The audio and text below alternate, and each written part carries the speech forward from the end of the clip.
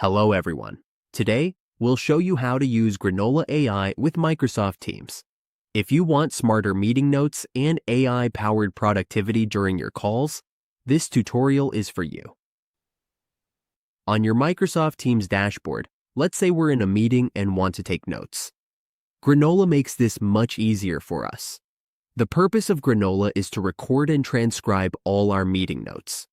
When we need it, Granola will record the meeting and transcribe everything word by word, so we can focus on the conversation and let Granola AI handle the rest. All we have to do is press the record button, and it will automatically transcribe everything we say in our meeting. This helps us transcribe and take notes during our Microsoft Teams meetings without any extra effort. All we need to do is download Granola AI. We go to the Granola AI website, and once we install it, we open it and click Play or Record. It will then automatically record meetings on our computer.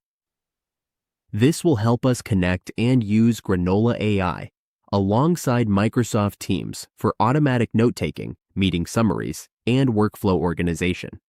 It will walk us through the setup, permissions, and how to use the AI features effectively during our meetings. And that's how we use Granola AI with Microsoft Teams.